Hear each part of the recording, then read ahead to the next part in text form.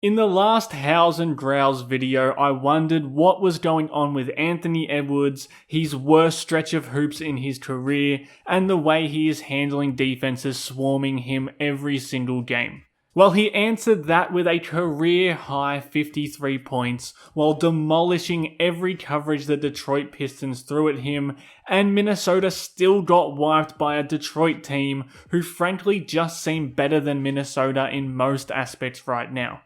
And that was kind of exemplified by Anthony Edwards having a massive usage rate and just 2 assists in what I actually think was one of his best playmaking games of the season, especially considering how he's being guarded and how he's admitted he's handling those coverages poorly.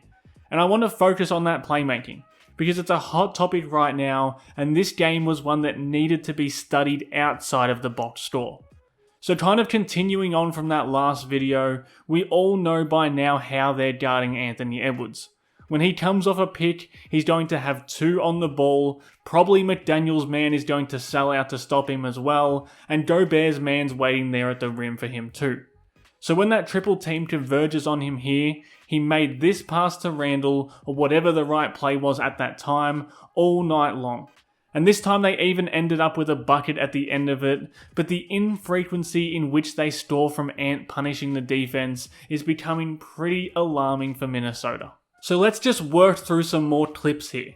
Gobert sets the screen, his man traps Ant at the logo, Edwards finds Gobert on the short roll pass like he should. The right pass here is to find Randall in the corner immediately, but Gobert misses that read. He does find Conley in the slot, but that pass is off target, meaning this defender can get back to Conley and this defender can rotate out to Randall. Now that advantage out of the double team is gone and the offense grinds to a halt again.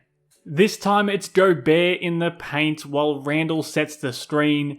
There's the double. The easy read is there, but Randall isn't going to take this 3, so his man shuffles over. Gobert's man is protecting the rim hassle-free, and even when they keep it moving to Alexander Walker, he's got that wall of defenders in front of him, and it's McDaniel's man who was able to cheat off him, and that missed jumper is why teams are so comfortable doing so.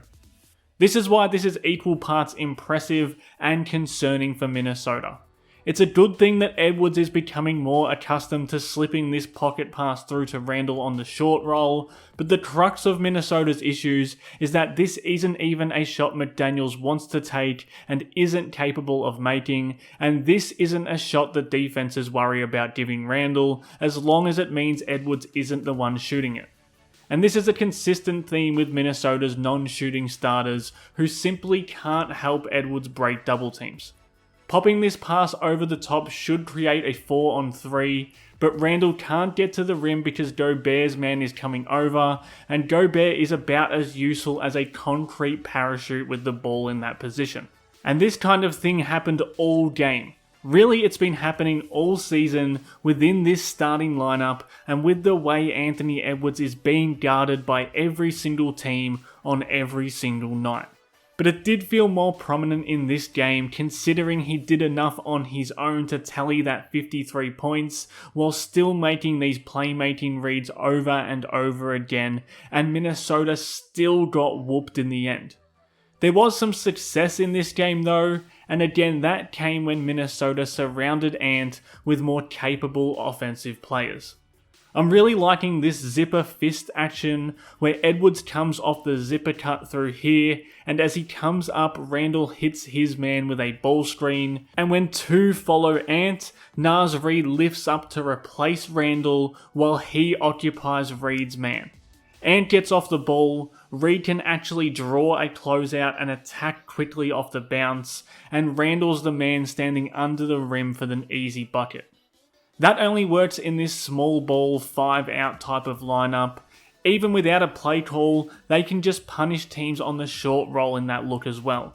So when 2 go with Ant off the Randall screen and that low man is stuck between guarding both corners with shooters on either side, that's how you punish teams for selling out to stop Edwards, and it might be the best reason for a dramatic shift to Minnesota's starting lineup that we've seen so far this season. Again, Ant takes the double team to the sideline. That forces Reed's man off the corner to shift over to Randall. And again, that low man is on the wrong side of the floor to impact the corner shooter on the opposite side of the court.